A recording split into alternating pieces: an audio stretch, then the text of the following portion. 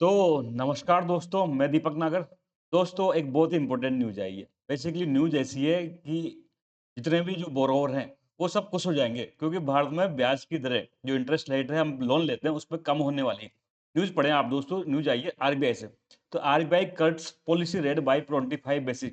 Basically reserve bank of India ने क्या किया है, जो अपनी पॉलिसी रेट है, जिसको हम रेपो रेट कहते हैं, उसमें 25 जो बेसिस पॉइंट की कमी करी है। ये क्या है, ये तो हम आगे जानेंगे दोस्तों। सेकंड पढ़िए, आरबीआई एमपीसी। बेसिकली आरबीआई के अंडर में एक कमिटी बनी हुई है, मॉनेटरी पॉलिसी कमिटी। इसका नाम आप हर 2 महीने में सुनते होंगे क्योंकि हर 2 महीने में मिलती है और कुछ निर्णय लेती है, वो टीवी में वगैरह में न्यूज़ में आता है। तो बेसिकली आरबीआई जो एमपीसी की कल मीटिंग मीटिंग हुई थी दोस्तों, उसमें जो डिसीजन लिया गया, बेसिकली एक तो लिया कि रेपो रेट में कटौती करी। कितनी? 25 बेसिस पॉइंट। और अब कितनी रहेगी? 5.25% रहेगी। ये हम आगे और डिस्कस करेंगे। Maintenance neutral stance. स्टांस में कोई चेंज नहीं किया गया। स्टांस क्या होता है उसको भी हम आगे बताएँगे। तो जीडीपी फोरकास्ट है दोस्तों, उसको भी रिवाइज़ किया गया। पहले 6.8% कुछ था, लेकिन उसको और बढ़ाया गया दोस्तों। इसके अलावा इन्फ्लेशन जो फोरकास्ट है, महँगाई की उम्मीद है, अगले साल इस साल महँगाई कितनी रहेगी, उसमें कमी की गई है दोस्तों। क्योंकि अभी लेटेस्ट में आपने पढ़ा होगा, अगर महँगाई का डाटा, तो महँगाई कंटीन्यूअस इंडिया में बहुत कम है, लगभग नियर टू 1% के आस-पास ही दोस्तों चल रही है आज की डेट में। तो ये सब पूरा मैटर क्या है, आज पूरा समझेंगे। दोस्तों ये इकोनॉमिक्स का सबसे इंपॉर्टेंट टॉपिक होता है मॉनेटरी पॉलिसी। मॉनेटरी पॉलिसी क्या होती है? आरबीआई का क्या काम होता है उसमें? फिर उसके अंडर में मॉनेटरी पॉलिसी कमिटी जो बनाई गई है, उसका क्या काम होता है? वो कैसे डिसीजन लेती है दोस्तों? इसके अलावा जो मॉनेटरी पॉलिसी के टूल्स होते हैं, रेपो रेट क्या होता है? सीआरआर क्या होता है? एसएलआर क्या होती है? इसके अलावा बैंक रेट क्या होता है? एमएसएफ क्या होता है? स्टैंडिंग डिपॉजिट फैसिलिटी क्या होती है? ओपन मार्केट ऑपरेशंस क्या होते हैं? ये सब के बारे में दोस्तों हम स्टडी करेंगे। ऐसा कोई इकोनॉमिक्स का एग्जाम हो जिसमें इकोनॉमिक्स आती हो, लेकिन इस टॉपिक से क्वेश्चन नहीं पूछा जाता हो। आपने तो कई पुराने एग्जाम देखे होंगे, तो रेपो रेट पूछ लेते हैं क्या होता है, बैंक रेट क्या होती है, उसके अंदर भी घुस सकते हैं। तो ये सब के बारे में दोस्तों आज दिन आ गया कि हम इसको डिटेल में डिस्कस करें। तो हम बढ़ते हैं हमारे टॉपिक की तरफ। सेकंड न्यूज़ आप पढ़ सकते हो। एमपीसी जो बेसिकली मॉनेटरी पॉलिसी कमिटी है, उसने क्या किया, रेपो रेट में कमी करी कितनी? 25 बेसिस पॉइंट में।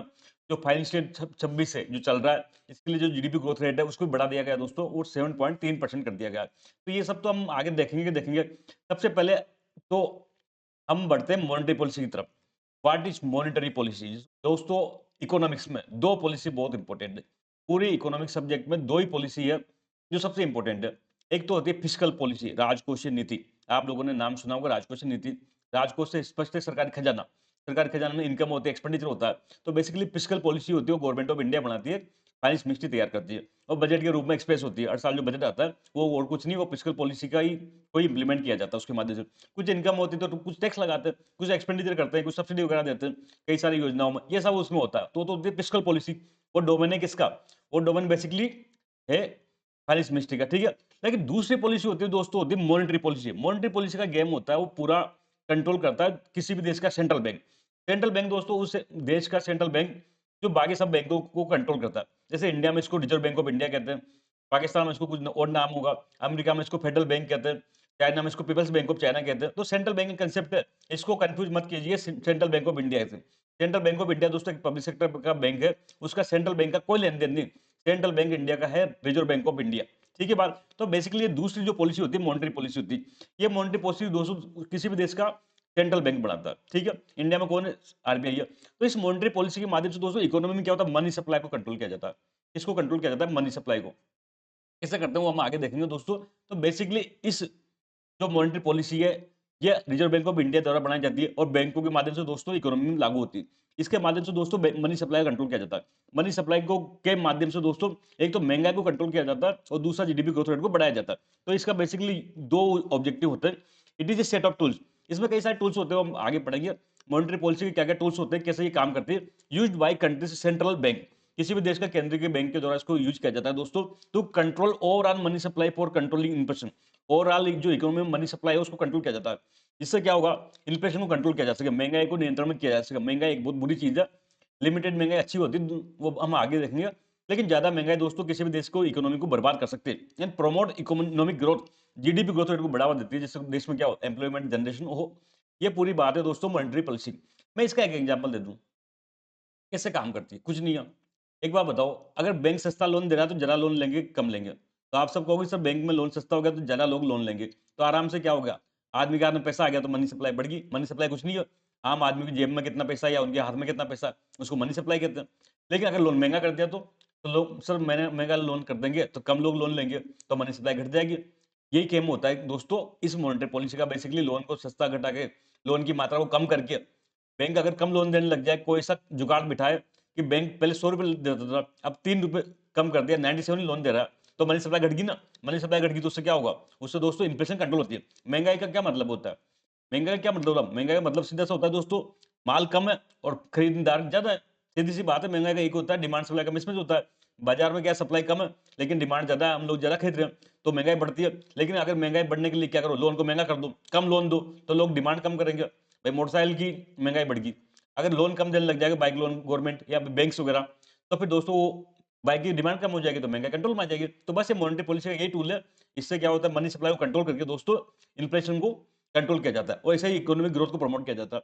अगर सस्ता लोन दे देंगे, तो ज़्यादा लोन बिज़नेस लोन लेंगे, ज़्यादा फैक्ट्रियाँ लगेगी, ज़्यादा प्रोडक्शन होगा तो जीडीपी ग्रोथ रेट बढ़ेगी। तो ये पूरा गेम है दोस्तों इन्फ्लेशन का और जीडीपी ग्रोथ रेट का।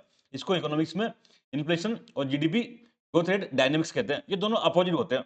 आप लोन सस्ता करोगे तो जीडीपी ग्रोथ रेट बढ़ेगी, लेकिन महँगाई बढ़ेगी। सस्ता लोन हो तो ज़्यादा लोग लोन लेंगे, तो महँगाई बढ़ जाएगी। आप महँगाई कंट्रोल करने जाओगे, तो आपको क्या करना पड़ेगा? मनी सप्लाई कम करनी पड़ेगी। मनी सप्लाई करनी करनी पड़ेगी तो ज़ाहिर-सी बात है बिज़नेसमैन के हाथ में, आम आदमी के हाथ में पैसा कम आएगा, तो डिमांड कम बढ़ रहेगी। डिमांड कम रहेगी तो जो दोस्तों जीडीपी ग्रोथ रेट घटेगी। ये दोस्तों एक-दूसरे के विपरीत है। इसको मैनेज करना, इसको बैलेंस बनाना ये आरबीआई की ज़िम्मेदारी होती है और सबसे मुश्किल काम आरबीआई के पास यही होता है। तो आप मॉनेटरी पॉलिसी का अब तक ऑब्जेक्टिव समझ गए हो। अब मॉनेटरी पॉलिसी बनाता कौन है? मैंने कई बार बता दिया कि रिज़र्व बैंक ऑफ इंडिया बनाता है। तो रिज़र्व बैंक ऑफ इंडिया में कौन बनाएगा? क्या रिज़र्व बैंक ऑफ इंडिया के जो हेड होते हैं गवर्नर साहब वो अकेले बनाएँगे या फिर कोई और निर्णय लेगा? तो दोस्तों पहले ये परंपरा थी कि जो रिज़र्व बैंक ऑफ इंडिया के गवर्नर थे, वो अकेले बनाया करते थे। लेकिन बाद में सरकार को कुछ जमा नहीं कि एक अकेला आदमी के पास नहीं छोड़नी चाहिए पावर, एक कमिटी बना दो। तो बाद में दोस्तों एक कमिटी बनाई जिसको कहते हैं मॉनेटरी पॉलिसी कमिटी। ये मॉनेटरी पॉलिसी कमिटी दोस्तों रिज़र्व बैंक ऑफ इंडिया के अंडर में ही है। रिज़र्व बैंक ऑफ इंडिया के तहत ही दोस्तों ये मॉनेटरी पॉलिसी कमिटी बनाई गई है। बेसिकली जो आरबीआई एक्ट था 1934 इसके तहत पूर्व में केवल आरबीआई गवर्नर साहब अकेले निर्णय लेते थे। लेकिन अकेला निर्णय लेना अच्छी बात नहीं है। दुनिया के अधिकांश देशों में डेवलप कंट्री में ये कमेटी का कंसेप्ट फॉलो होता है। ये कमेटी बना दी जाती है उस देश के सेंट्रल बैंक के अंडर में, फिर वो निर्णय करती है। ठीक है बात यहाँ तक। तो बेसिकली जो मॉनेटरी पॉलिसी कमेटी का गठन दोस्तों 2015 में हुआ था और किसके तहत आरबीआई एक्ट 1934 में अमेंडमेंट करके ये मॉनेटरी पॉलिसी कमेटी जोड़ी गई थी। इसके टोटल 6 मेंबर हैं दोस्तों। आरबीआई की जो मॉनेटरी पॉलिसी कमेटी बनाई गई है उसमें 6 मेंबर होते हैं। एक तो आरबीआई के गवर्नर साहब होते हैं। जो आरबीआई गवर्नर साहब है मल्होत्रा जी वो हैं। ये दोस्तों इसके चेयरमैन होते हैं। ये चेयरमैन कौन है? मॉनेटरी पॉलिसी को कमिटी जो एमपीसी उसका बॉस कौन है? तो उसका बॉस दोस्तों आरबीआई के गवर्नर साहब होते हैं। अभी भी पावर उन्हीं के पास है बॉस की। एक होता है आरबीआई का डिप्टी गवर्नर, एक होता है आरबीआई का एग्जीक्यूटिव एग्जीक्यूटिव डायरेक्टर। 3 लोग तो रिजर्व बैंक ऑफ इंडिया के होते हैं और दोस्तों 3 एक्सटर्नल मेंबर होते हैं। जो इकोनॉमिक के एक्सपर्ट होते हैं ना, उसको गवर्नमेंट अपॉइंट करती है। तो 3 एक्सटर्नल मेंबर, 3 क्या होते हैं? External member appointed by government. Government के द्वारा अपॉइंटेड किए गए 3 एक्सटर्नल मेंबर होते हैं। तो टोटल 6 लोग हो गए। एक तो आरबीआई गवर्नर साहब जो उसके चेयरमैन भी हैं, ये याद रखना एमपीसी का चेयरमैन कौन होते हैं? तो आरबीआई गवर्नर साहब होते हैं। दूसरा आरबीआई का एक डिप्टी गवर्नर, 4 में से कोई एक डिप्टी गवर्नर उसका मेंबर होता है। एक आरबीआई का एग्जीक्यूटिव डायरेक्टर जो उसको डेजिग्नेट करते हैं वो होता है। 3 तो आरबीआई के घर के होते हैं, 3 बाहर के लोग होते हैं। बाहर के लोगों को कौन अपॉइंट करता है? तो गवर्नमेंट अपॉइंट करती है। कौन लोग होते हैं ये? ये दोस्तों बैंकिंग में, इकोनॉमिक्स में ऐसे लोग एक्सपर्ट होते हैं, कोई बड़े प्रोफेसर हैं, ऐसे लोगों को यहाँ पर गवर्नमेंट अपॉइंट कर देती है। तो ये 6 लोगों की कमिटी बनी हुई है। ये रोज़-रोज़ नहीं मिलती दोस्तों, रोज़-रोज़ नहीं मिलती। और ये दोस्तों 6 लोग हैं, तो यहाँ पर निर्णय क्या होगा? मेजॉरिटी के माध्यम से होगा। भाई 6 लोग हैं, तो जिसके पक्ष में 4 होगा, तो वो निर्णय लिया जाएगा। अब एक आदमी के निर्णय में नहीं था दोस्तों, कमेटी बन गई, कमेटी में बहुमत के माध्यम से लोग से निर्णय लिया जाएगा। तो एक तरह से क्या हुआ? जो आरबीआई का डिसीजन मेकिंग थी पहले केवल सोल गवर्नर साहब के पास थी, वो अब क्या होगी? एक तरह से डेमोक्रेटिक होगी। अब मेजॉरिटी के माध्यम से निर्णय लिया जाएगा, ठीक है? तो दोस्तों ये एमपीसी दिन भर नहीं बैठी रहती, ये टाइम टू टाइम मिलती है। इसका जो एक्ट में लिख रहा है कि मिनिमम 4 बार 1 साल में मिलना चाहिए। MPC should meet minimum 4 times in a year. 1 साल में 4 बार मिलना चाहिए। लेकिन दोस्तों 1 साल में 4 बार से ज़्यादा मिलती है, हर 2 महीने में मिलती है। But it generally meets in 2 months. तो 2 मंथ खत्म हो जाने से अप्रैल में मिलेगी ये, फिर जून में मिलेगी, फिर दोस्तों अगस्त में मिलेगी, फिर अक्टूबर में मिलेगी और फिर लेटेस्ट में दिसंबर में मिली। 3, 4, 5 तारीख को ये 3 दिन तक दोस्तों ये मिले, मुंबई में मीटिंग हुई थी। फिर 5 तारीख को निर्णय किया इन्होंने और हम 6 तारीख को इसको स्टडी कर रहे हैं। तो बेसिकली ये जो इसकी मीटिंग है जनरली ये होती है 2 महीने के अंदर-अंदर। अब दिसंबर में हो गया, अब फरवरी में होगी दोस्तों। एमपीसी मैंडेट क्या मैंने बता दिया, टू कंट्रोल इन्फ्लेशन, महँगाई को कंट्रोल में करना। कैसे करेंगे? मनी सप्लाई को कंट्रोल करके। लेकिन ग्रोथ को भी देखना है, क्या करना है? While supporting growth. केवल महँगाई को कंट्रोल नहीं करना, जीडीपी ग्रोथ रेट बर्बाद नहीं हो जाए उसका भी ध्यान रखना है। तो जो एमपीसी का मैंडेट है वो दोस्तों आरबीआई एक्ट में लिख रहा है, is to control inflation while supporting growth. महँगाई को कंट्रोल करते हुए लेकिन ग्रोथ का ध्यान रखना है, ये आरबीआई का मैंडेट ये एमपीसी का मैंडेट है। ठीक है, यहाँ तो कोई दिक्कत आपको होनी नहीं चाहिए। अब महँगाई की एक बात है, आप लोगों में कई लोगों के मन में दिमाग में ये बैठा हुआ होगा दोस्तों कि महँगाई बहुत बुरी चीज़ है। लेकिन महँगाई बुरी चीज़ नहीं है दोस्तों, कुछ महँगाई अच्छी है। अब आप फिर कहोगे कि ये तो हम मानने को तैयार नहीं माने तो मैं एग्ज़ाम्पल दूँ। क्यों माँग करते हैं किसान कि हमारी फसलों का एमएसपी बढ़ाओ? ये चीज़ महँगी होगी तो फिर तो महँगाई बढ़ेगी ना। क्यों समझ करो ₹20 किलो गेहूँ बिक रहा है इस बार। तो क्यों किसान चाहता है कि अगली बार ₹25 किलो बिके? क्यों चाहता है बताओ? चाहता है ना। लेकिन जब उसको पता है जब महँगी होगी गेहूँ तो महँगाई तो बढ़ेगी। तो इसका मतलब महँगाई अच्छी चीज़ है। यही तो बात है। तो देखो महँगाई इसलिए अच्छी है कि महँगाई होने से क्या होता है जो प्रोड्यूसर होता है, पैदा करने वाला है, जो प्रोड्यूसर है उसको लाभ उसको एक इंस्पिरेशन मिलती है, प्रेरणा मिलती है दोस्तों वो काम नहीं करेगा। सपोज़ करो गेहूँ का दाम इस साल ₹20 है, अगली बार ₹25 कर दी गवर्नमेंट एमएसपी तो किसान को और मज़ा आएगा कि यार मुझे ज़्यादा दाम मिलेगा, मैं और ज़्यादा प्रोडक्शन करूँ। लेकिन अगर 20 की जगह आप सस्ता ही करनी है तो ₹10 किलो कर दो, तो कोई किसान उसको पैदा नहीं करेगा। सेम ऐसा है दोस्तों, अगर बाइक की, कोई और चीज़ों की, लैपटॉप की, अगर लैपटॉप की कीमतें बढ़ रही तो लैपटॉप की जो कीमतें बढ़ रही है, तो लैपटॉप बनाने वाली कंपनी को मज़ा आएगा, पैसा कमा रहे हैं, तो और ज़्यादा फैक्ट्री लगाएगी दोस्तों, और ज़्यादा प्रोडक्शन करेगी। इसलिए इन्फ्लेशन अच्छी चीज़ है, लेकिन लिमिट तक, एक लिमिट तक। बहुत ज़्यादा इन्फ्लेशन हो जाए तो दोस्तों फिर उसका मज़ा नहीं आता। बहुत ज़्यादा इन्फ्लेशन हो जाएगी सपोज़ करो, बहुत ज़्यादा महँगा हो गया, लैपटॉप बहुत महँगा हो गया, तो फिर आम आदमी उसको लैपटॉप को खरीदेगा नहीं, तो फिर वो कोई मतलब बनता नहीं है। तो एक लेवल तक दोस्तों इन्फ्लेशन अच्छी मानी जाती है। अब वो इन्फ्लेशन कितनी अच्छी हो, भई हमने एमपीसी को कहा कि आपको महँगाई कंट्रोल करनी है, लेकिन डेटा कहाँ से आएगा? कितनी महँगाई करना है? तो बेसिकली दोस्तों गवर्नमेंट क्या करती है डेटा सेट करके देती है एमपीसी को कि आपको इतनी इन्फ्लेशन मेंटेन करनी है। इसको कहते हैं इन्फ्लेशन टारगेट। क्या कहते हैं? Inflation target. तो गवर्नमेंट हर 5 साल में सेट करती है दोस्तों इन्फ्लेशन का टारगेट। गवर्नमेंट डिसाइड करके दे देती है कि भई इतना महँगाई एमपीसी को मैनेज करना है या उसको रखना है। अगर उसको वो अचीव नहीं कर पाती तो एमपीसी का फेलियर मानी जाएगी, फेलियर माना जाएगा। अब कितना टारगेट है दोस्तों? तो आज की डेट में ये टारगेट है 4 ± 2%। कितना है? 4 ± 2%। इट मीन्स एमपीसी को महँगाई कितना में मेंटेन करनी है? तो 2 से 6% के बीच में मेंटेन करनी है दोस्तों। 6 से ज़्यादा होगी महँगाई तब भी बुरी चीज़ है। तब भी बुरी चीज़ है। 2 से कम रहेगी महँगाई, तब भी बुरी चीज़ है, तब भी ये एमपीसी की फेलियर मानी जाएगी और उसको फिर गवर्नमेंट को जवाब देना पड़ेगा, लेटर लिख के कि मैं क्या-क्या कारण थे जिससे महँगाई कंट्रोल में नहीं आ पाए। तो बेसिकली ये किसको कहते हैं दोस्तों इन्फ्लेशन टारगेट, ये गवर्नमेंट सेट करती है। आज की डेट में दोस्तों ये इन्फ्लेशन टारगेट दे रखा है एमपीसी को गवर्नमेंट ने 4 ± 2%। इट मीन्स 2 से 6% के बीच में इसको मेंटेन करना है महँगाई को, ना ज़्यादा ना कम। ठीक है बात यहाँ तक? तो दोस्तों जो लेटेस्ट में दिसंबर में एमपीसी की मीटिंग हुई, उसमें कुछ डिसीजन लिए गए। अब वो क्या लिए गए ये हम यहाँ पर डिटेल में डिस्कस करेंगे। अभी तक तो हमने एक बैकग्राउंड समझा, टर्म्स को समझा। अब कल जो निर्णय लिए गए थे, उसमें क्या-क्या निर्णय लिए गए, उसके बारे में डिस्कस करेंगे। दोस्तों मैंने बताया 3 दिन मिले, 3 दिन मिलते हैं, ये परंपरा है। हर 2 महीने के स्टार्टिंग में दोस्तों ये मिलते हैं 3 दिन के लिए। 3 से 5 दिसंबर तक मिले ये। अब मीटिंग चलती रही और फाइनली 5 तारीख को, जो थर्ड दिन है दोस्तों अर्ली 10 बजे, 10 बजे जो आरबीआई के गवर्नर साहब हैं, जो एमपीसी के चेयरमैन होते हैं, वो मीडिया के सामने आते हैं और बताते हैं कि क्या-क्या एमपीसी ने निर्णय लिए, वो सबको सामने उसको ओपन करते हैं। यहाँ तक कोई दिक्कत आपको होनी नहीं चाहिए। तो क्या-क्या डिसीजन लिए गए? अब मैंने बताया था कि एमपीसी के पास कोई जादू नहीं होता, मनी सप्लाई कंट्रोल है। उसके टूल होते हैं, हथियार होते हैं। उस हथियार के माध्यम से दोस्तों वो टूल या वो मनी सप्लाई कंट्रोल करता है। युद्ध में जाने के लिए, लड़ाई जीतने के लिए क्या चाहिए? हथियार चाहिए। ऐसे दोस्तों यहाँ आरबीआई को भी, एमपीसी को भी हथियार चाहिए। ऐसे बिना वादी लड़ाई नहीं लड़ी जा सकती, मनी सप्लाई कंट्रोल नहीं होगा। तो सबसे पहला हथियार है दोस्तों कैश रिजर्व रेशियो सीआरआर। ये शब्द आपने बार-बार सुना होगा। देखो दोस्तों, आज हम एमपीसी के डिसीजन समझ रहे हैं। आज मैं मॉनेटरी पॉलिसी पे कोई डिटेल लेक्चर नहीं ले रहा। इसलिए एक-एक चीज़ समझाना संभव नहीं है।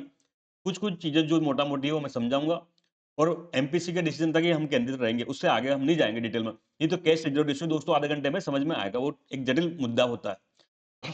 फिर भी मैं एक शॉर्ट लाइन में बताऊँ दोस्तों सीआरआर कैसे करते हैं? तो बैंक के पास में सपोज़ करिए बैंक है स्टेट बैंक ऑफ इंडिया, इसके पास में कुछ पैसा जमा हुआ, जैसे ₹100 जमा किया, आपने मैंने जमा किया, ठीक है? तो इस ₹100 जमा करने का कुछ परसेंटेज पैसा आरबीआई के पास कैश में रखना पड़ता है। क्या नाम है? कैश, रिज़र्व, रेशियो ऐसा रिज़र्व जो कैश में रखना है। तो सपोज़ करो ये 5% थी, ठीक है? तो अगर ₹100 जमा हो रहे हैं तो 5% कहाँ रख देंगे? आरबीआई के पास कैश में रख देंगे ताकि इमरजेंसी में बैंक पहले नौबत आए तो वो काम आ सके। तो वो कितना लोन देगा? 95 लोन देगा। ठीक है बात यहाँ तक? लेकिन अगर सीआरआर बढ़ा दिया 5 से 10% कर दिया, तो अब लोन कितना देगा? ₹90 देगा, तो होगी ना मनी सप्लाई कंट्रोल। कोई दिक्कत है क्या? सीआरआर घटा दी, 5 से बढ़ा के घटा के 2 कर दी, तो आपके ₹2 कैश में रखना है, बाकी 98 लोन में देंगे, तो लोन की मात्रा बढ़ गई ना, तो मनी सप्लाई बढ़ गई। तो दोस्तों इस सीआरआर को घटा-बढ़ा के क्या कर सकते हैं? मनी सप्लाई को कंट्रोल कर सकते हैं। तो मैंने सिंपल बताया सीआरआर किसे कहते हैं? तो बैंक के पास जो टोटल जमा आता है, उसका कुछ परसेंटेज हिस्सा कैश में आरबीआई के पास रखना होता है बैंक को, उसे सीआरआर कहते हैं। अब कितना परसेंटेज होगा? ये दोस्तों आरबीआई डिसाइड करता है। तो इसमें कोई चेंज नहीं किया गया दोस्तों। कल की जो मीटिंग थी बेसिकली उसमें कोई चेंज नहीं किया, पुराना बना हुआ है। पुराने कितना सीआर 3%। दोस्तों ये डेटा वेरी इंपॉर्टेंट। छोटे एग्जाम में, कई एग्जाम में सीधा पूछ देते हैं वर्तमान में सीआर की क्या दर चल रही है, तो 3% चल रही है। इट मीन 100 रुपए बैंक के पास जमा रहो तो 3 रुपए वो आरबीआई के पास कैश रूप में रखेगा, बाकी 97 रुपए लोन में घुमा सकता है। यहाँ तक ठीक है। अब सेकंड टॉप बढ़ते हैं। एक दूसरा टूल होता है एसएलआर, स्टेचुअरी लिक्विडिटी रेशियो। दोस्तों ये भी सेम गेम है, जैसे स्टेट बैंक ऑफ इंडिया है, इसके पास 100 रुपए जमा हुए हैं। तो दोस्तों ऐसा रूल है एसएलआर के तहत कि जो जितना पैसा आता है ना, सारा का सारा लोन नहीं देंगे, कुछ तो सीआर में रखेंगे, कुछ पैसा इसको क्या करना है, बैंक को गवर्नमेंट सिक्योरिटी में निवेश करना है। क्या करना है? Government security, gold, cash cash gold या गवर्नमेंट सिक्योरिटी में निवेश करना है। तो इसे कहते हैं स्टेचुअरी लिक्विडिटी रेशियो। फिर मैं रिपीट कर रहा हूं, आरबीआई के पास जितना पैसा आता है जमा बैंक के पास में, उसका कुछ परसेंटेज हिस्सा बैंक को कैश में रखो, या गोल्ड में रखो, या गवर्नमेंट सिक्योरिटी में निवेश करके रखो, उसे कहते हैं एसएलआर। वो इसका भी सेम गेम है। एसएलआर बढ़ा देंगे तो ज्यादा पैसा निवेश करना पड़ेगा और लोन कम देंगे, एसएलआर घटा देंगे तो कम निवेश करना पड़ेगा, जरा लोन देंगे, तो इससे क्या होगा, मनी सप्लाई कंट्रोल हो जाएगी। तो सेकंड दोस्तों ये एसएलआर, इसे कहते हैं स्टेचुअरी लिक्विडिटी रेशियो। इसमें भी कोई चेंज नहीं किया गया दोस्तों। आज की डेट में ये 18% का बनाइए, काफी टाइम से दोस्तों ये 18% ही है, कोई चेंज नहीं किया गया। तो ये डेटा याद रखना है कि वर्तमान में एसएलआर की रेट क्या है, 18%। थर्ड टॉपिक की बढ़ते हैं, जो हमारा हीरो है आज का, वो है रेपो रेट। रेपो रेट बहुत इंपॉर्टेंट है दोस्तों। सबसे इंपॉर्टेंट टॉपिक है, अगर मैं कहूँ इकोनॉमिक्स में कोई मुझसे पूछे जो सबसे ज्यादा न्यूज में रहता है तो होता है रेपो रेट। हर व्यक्ति को रेपो रेट में क्या होता है, इंतजार रहता है कि रेपो रेट कम होगी नहीं होगी। तो आज हम इसका पूरा एनालिसिस करेंगे। तो रेपो रेट में दोस्तों कमी करी गई है कितनी, 25 बिंदु, 25 बेसिस पॉइंट, मतलब 0.25% की। पहले ये 5.5% होती थी, 5.50%, लेकिन आज की डेट में कितना है, 5.25% कर दी गई है। तो ये भी इंपॉर्टेंट है दोस्तों, एग्जाम में पूछा जा सकता है कि रेपो रेट कितनी है वर्तमान में, तो हम कहेंगे जवाब 5.25%। अब दोस्तों एक तो रेपो रेट क्या होता है, जब तक हम समझेंगे नहीं तो हम आगे क्या समझेंगे। तो भाई तभी बैंकों को कौन कंट्रोल करता है, आरबीआई करता है। आरबीआई बैंकों का बैंक होता है दोस्तों। आरबीआई क्या होता है, बैंकों का भी बैंक होता है, बैंकों का बॉस होता है। तो दोस्तों ये जो बैंक है, कई बार इनके पास पैसे नहीं होते, तो बैंक क्या करते हैं, आरबीआई से लोन लेते हैं। क्या करते हैं, लोन लेते हैं, ठीक है। और वो भी कितने लेके, शॉर्ट टर्म के लिए, 7 डे, 14 डे, ऐसे शॉर्ट टर्म के लिए लोन लेते हैं। तो इसके बदले में जो इंटरेस्ट देते हैं दोस्तों, ब्याज देते हैं, इंटरेस्ट, वो उसको कहता है रेपो रेट। रेपो रेट कुछ भी नहीं है, बैंक जब आरबीआई से शॉर्ट टर्म के लिए लोन लेते हैं तो उसको कहते हैं रेपो रेट, जिस इंटरेस्ट रेट पे मिलता है। तो दोस्तों रेपो रेट घटाने का मतलब है, पहले 5.5 पे था, सपोज करो आरबीआई बैंक को 5.5% में लोन दे रहा था, ठीक है। अब बैंक आगे कितने में लोन देगा, तो 5.5 से 3-4% मार्जिन निकाल लेंगे, 3% निकाल लेंगे तो 8.5% देंगे। लेकिन अगर आरबीआई रेपो रेट घटा देगा तो बैंक को अब सस्ता लोन मिलेगा, तो बैंक आगे भी सस्ता लोन देगा। तो इसलिए दोस्तों रेपो रेट का हमेशा इंतजार रहता है कटौती का। जितने भी बिजनेसमैन है, जितने भी जो बोरो करते हैं बैंकों से, वो बड़े खुश होते हैं रेपो रेट कमी होती है। अब रेपो रेट कम होने से दोस्तों क्या होगा, जो हम बैंक से लोन लेंगे, लोन लेने जाएंगे, वो सस्ता हो जाएगा। तो जो हाउसिंग लोन है, कई सारे लोन जो अभी वर्तमान में रेपो रेट से जुड़े हुए हैं, जैसे रेपो रेट कम हुई, वो हाउसिंग लोन की इंटरेस्ट रेट कम हो जाएगी दोस्तों। तो मजा आने वाला है। जिन जिनका लोन, स्पेशली जो पुराना लोन भी है, जो रेपो रेट से कनेक्ट है, उसका इंटरेस्ट रेट में कमी आने वाली है दोस्तों। तो ये बेसिकली रेपो रेट का काम होता है। तो रेपो रेट में सस्ता लोन मिलता है, सस्ता लोन लेगा तो बिजनेसमैन भी इजीली लोन ले लेगा, आराम से लोन लेके क्या करेगा, फैक्ट्री वगैरह लगा लेगा। ऐसे कंज्यूमर को मजा आएगा दोस्तों। आप और मैं, किसी को कार चाहिए, किसी को मोटरसाइकिल चाहिए, किसी को घर बनाना है, कम लोन पे ब्याज मिल रहा है, कम ब्याज पे लोन मिल रहा है, तो आराम से लेंगे और क्या करेंगे, उसको निवेश कर देंगे, जो काम हमको करना कर देंगे। तो ओवरऑल रेपो रेट से दोस्तों ये मजा आ जाता है। लेकिन एक दूसरा परिणाम भी दोस्तों, आरबीआई जब बैंक को सस्ते दाम पर आरबीआई से लोन मिल रहा है, रेपो रेट पर कम रेट है, तब फिर वो डिपॉजिट को ज्यादा देगा। अब मैं जमा करने जाऊंगा पैसा यहाँ पर, तो मुझे ज़्यादा इंटरेस्ट रेट देगा नहीं, क्योंकि मुझे उसको लगता है बैंक को मुझे सस्ता लोन कहाँ से मिल रहा है, आरबीआई से मिल रहा है, तो मैं इसको डिपॉजिट में महंगा क्यों दूं। तो दोस्तों रेपो रेट कम होने का एक मतलब वो भी होता है कि बैंक भविष्य में जो डिपॉजिटर हैं उनको कम इंटरेस्ट रेट ऑफर करने वाला है, तो ये इनको नुकसान है। कोई एफडी कराने जा रहा है, कोई आरडी कराने जा रहा है, कोई सेविंग अकाउंट पैसा जमा कर रहा है, उनको दोस्तों इससे नुकसान होने की उम्मीद है, कम मतलब इंटरेस्ट रेट कम मिलने की उम्मीद है। तो बोरोवर को फायदा है, सस्ता लोन मिलेंगे, लेकिन दोस्तों डिपॉजिटर को थोड़ा सा इससे लॉस हो सकता है, कम उसको हो सके बैंक कम लोन पे कम इंटरेस्ट पे डिपॉजिट ले। तो ये कंसेप्ट था रेपो रेट का दोस्तों। आई होप आपको इसमें दिक्कत नहीं आएगी। एक तो इसमें हमने देख लिया 5.25%। एक कंसेप्ट लाता है bank rate and marginal standing facility. तो दोस्तों बैंक रेट कुछ नहीं है, मैंने इधर बताया। रेपो रेट में तो क्या होता है, जब बैंक शॉर्ट टर्म के लिए लोन लेते हैं तो उसे रेपो रेट कहते हैं, लेकिन जब लॉन्ग टर्म के लिए लिया तो उसको उस पर जो ब्याज लगता है उसको बैंक रेट कहते हैं। दोस्तों आज की डेट में रेपो रेट ही है गवर्नमेंट की, मतलब आरबीआई की पॉलिसी रेट है ये। मतलब जो आरबीआई अपनी पॉलिसी इसी रेपो रेट के माध्यम से लागू करता है। बैंक रेट वगैरह इतने आज की डेट में एग्जिस्ट करती है, पर उसका इतना इस्तेमाल आरबीआई करता नहीं है। जो लोन देता है वो रेपो रेट पे देता है, इसलिए उसको क्या कहते हैं, पॉलिसी रेट भी कहते हैं। तो ये तो हो गया दोस्तों बैंक रेट हो गया। एंड मार्जिनल स्टैंडिंग फैसिलिटी भी दोस्तों एक फैसिलिटी होती है, इसके माध्यम से भी क्या होता है, बैंक आरबीआई से लोन ले सकते हैं। तो बेसिकली दोस्तों ये दोनों रेपो रेट से जुड़ी हुई है। मैं फिर बता दूं, एक लिक्विडिटी एडजस्टमेंट फैसिलिटी होती है एलएफ करके। दोस्तों आरबीआई केवल या एमपीसी केवल रेपो रेट में चेंज करता है, बाकी अपने आप बदल जाते हैं। जो देखो मैं बताऊं, बैंक रेट और एमएसएफ है, वो रेपो रेट से हमेशा 0.25% ज्यादा होते हैं। जब ये 5.5 था तो ये 5.75% था, लेकिन एमपीसी ने इसको कम कर दिया 5.25, तो ये अपने आप डिक्लाइन होकर कितना आ गया, 5.5 पर जाएगा। तो बेसिकली ये क्या कर रहा है, रिंग टू रेपो रेट से जुड़ा हुआ है। ये रेपो रेट से दोस्तों आज की डेट में 0.25% ज्यादा होता है। तो अब रेपो रेट घटा दी तो ये भी अपने आप घटा जाएगी। तो ये 5.75 था, लेकिन अभी घट के कितना हो गया, 5.50 हो गया। इंपॉर्टेंट है दोस्तों, पूछा जा सकता है एग्जाम में। रेपो रेट कितना, 5.25%। बैंक रेट कितना, 5.5%। मार्जिनल स्टैंडिंग फैसिलिटी कितनी, 5.5%। तो आपको कोई दिक्कत होनी नहीं चाहिए दोस्तों। एक नया कंसेप्ट आया, स्टैंडिंग डिपॉजिट फैसिलिटी, एसडीएफ। तो दोस्तों ये तो मैंने बताया कि आरबीआई था, इस बैंक को, स्टेट बैंक ऑफ इंडिया को, इससे क्या होता, पैसा ले रहा था, ठीक है, पैसा उधार ले रहा था, तो उसमें रेपो रेट पर दिया। लेकिन कई बार क्या होता है, बैंकों को पैसा जमा हो जाता है, बैंकों के पास पैसा ज्यादा आ जाता है, तो बैंक क्या करे, लोन लोन बढ़ नहीं पा रहा, बैंकों के पास पैसा जमा ज्यादा हो गया, तो ये बैंक अपने सरप्लस राशि को कहां जमा करते हैं, अपनी सरप्लस राशि को इस आरबीआई के पास जमा कर देते हैं। तो बदले में आरबीआई इसको ब्याज देता है, उसको कहते हैं दोस्तों स्टैंडिंग डिपॉजिट फैसिलिटी, और इसी को दोस्तों रिवर्स रेपो रेट कहते हैं। कुछ ज्यादा अंतर नहीं है, वो टेक्निकल अंतर है। एचडीएफ में क्या होता है, कुछ गिरवी रखना पड़ता है, नहीं रखना पड़ता, और रिवर्स रेपो रेट में तो कुछ गिरवी रखना पड़ता है। जैसे अब ये एचडीएफ में क्या करेगा, स्टेट बैंक ऑफ इंडिया अपनी सरप्लस राशि को कहां जमा करेगा, आरबीआई में, बदले में आरबीआई उसको कुछ देगा नहीं, क्या करेगा, कुछ देगा नहीं। तो इसको कहते हैं दोस्तों स्टैंडिंग डिपॉजिट फैसिलिटी, और इस पर जो ब्याज देगा आरबीआई उसको कहेंगे स्टैंडिंग डिपॉजिट फैसिलिटी, जो रेट होगा। ये भी दोस्तों रेपो रेट से जुड़ी हुई है। रेपो रेट से दोस्तों ये क्या होती है, रेपो रेट से 0.25% कम होती है। अब हमने रेपो रेट कम कर दिया, तो ये अपने आप कितने होगी, पहले ये 5.25% थी, लेकिन अब चूंकि रेपो रेट कम हो गया, तो ये अपने आप एचडीएफ कितना हो गया, 5% हो गया। आज के दौर में दोस्तों एचडीएफ का ज्यादा प्रयोग किया जाता है, पुराने टाइम पर रिवर्स रेपो रेट का ज्यादा प्रयोग किया जाता था, रिवर्स रेपो रेट का ज्यादा किया जाता है। लेकिन आज की डेट में दोस्तों रिवर्स रेपो रेट का स्थान किसने ले लिया, एचडीएफ ने ले लिया। उसको हम आगे देखेंगे। स्टांस, स्टांस का मतलब होता है भविष्य में एमपीसी क्या करेगा। इस मीटिंग में तो निर्णय ले लिया, भविष्य में जब एमपीसी मिलेगी तब क्या निर्णय लेगी, उसका पहले से आइडिया दे दे। तो दोस्तों स्टांग होता है, अकोमोडेटिव होता है, न्यूट्रल होता है, इस प्रकार से होता है। न्यूट्रल का मतलब होता है दोस्तों कुछ भी कर सकते हैं, रेपो रेट नहीं भी बढ़ाए, रेपो रेट न्यूट्रल है, मतलब वो देखो न्यूट्रल गियर होता है ना, कार का एग्जांपल लो, न्यूट्रल गियर होता है, न्यूट्रल गियर से क्या आगे का गियर भी डाल सकते हैं, पीछे का भी डाल सकते हैं, न्यूट्रल भी रख सकते हैं, तीनों काम हो सकते हैं। तो दोस्तों ये न्यूट्रल स्टांस का मतलब होता है रेपो रेट में कोई चेंज भी नहीं कर सकता, रेपो रेट बढ़ा भी सकता है और रेपो रेट घटा भी सकता है, तीनों काम कर सकते हैं, इसलिए इसको कहते हैं न्यूट्रल स्टांस।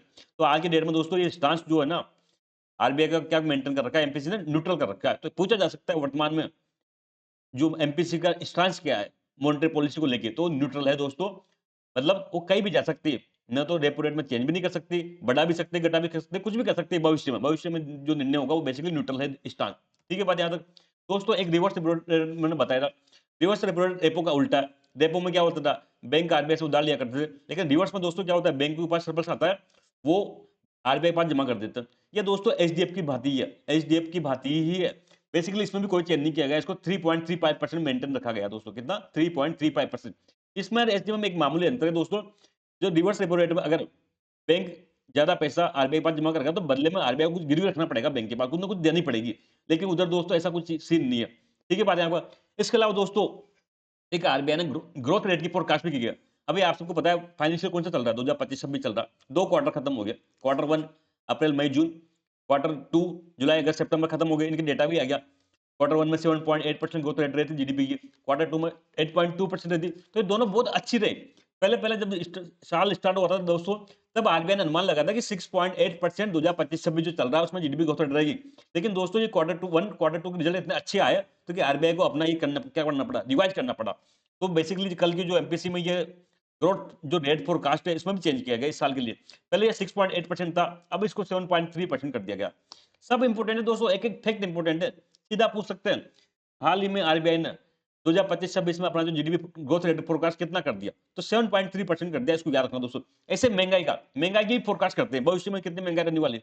तो इस साल जो 2025-26 चल रहा है, इसको पहले अनुमान लगाया गया था कि जो महंगाई 2.6% रहेगी, लेकिन पिछले काफी टाइम से 1-2-3 महीने से महंगाई की दर में बहुत कमी आई है दोस्तों। तो आरबीआई ने इसको रिवाइज किया और इसको अब घटाया, कितना कर दिया, 2% कर दिया गया। ये भी एग्जाम में पूछा जा सकता है कि आरबीआई ने 2025-26 जो फाइनेंशियल ईयर चल रहा है उसमें कितना इन्फ्लेशन का टारगेट रखा है या कितना फोरकास्ट करी गई है, तो 2% की गई है। ठीक है बात। इसके अलावा दोस्तों एक आरबीआई ने एक और बड़ा अनाउंसमेंट किया गया। आरबीआई चाहता है कि मार्केट में लिक्विडिटी बढ़ाना, मतलब जो बाजार है आम आदमी की जेब में पैसा बढ़ाना चाहता है। तो कैसे बढ़ेगा दोस्तों, ये करेगा एक open market operation. Open market operation, तो दोस्तों आरबीआई क्या करेगा, 1 लाख करोड़ की गवर्नमेंट सिक्योरिटी खरीदेगा। बेसिकली गवर्नमेंट सिक्योरिटी का अभी मैं कैसे बता नहीं सकता, उसमें लंबा टाइम लगेगा। लेकिन जैसे गवर्नमेंट को कुछ पैसा उधार चाहिए तो गवर्नमेंट सिक्योरिटी जारी करती है, आरबीआई आरबीआई उसको बैंकों को भेज देता है एसएलआर के रूप में। मैंने बताया था बैंकों के पास क्या है, गवर्नमेंट सिक्योरिटी। अब आरबीआई क्या करेगा, 1 लाख करोड़ की 1 लाख करोड़ की क्या करेगा, ये गवर्नमेंट सिक्योरिटी बैंक से खरीद लेगा। तो सिक्योरिटी जाएगी किसके पास में, आरबीआई के पास में। और पैसा कहाँ जाएगा, 1 लाख करोड़ रुपए वो जाएगा बैंक के पास में, बैंक आगे लोन दे देगा। तो इससे क्या होगा, सिस्टम में लिक्विडिटी बढ़ेगी, ओवरऑल मनी सप्लाई बढ़ेगी, आम आदमी के पास में पैसा आएगा। तो ये पूरा मैटर था दोस्तों कल की एमपीसी का। आई होप आप सबको समझ में आया होगा। हम जल्द मिलेंगे दोस्तों, तब तक के लिए थैंक यू। जय हिंद दोस्तों।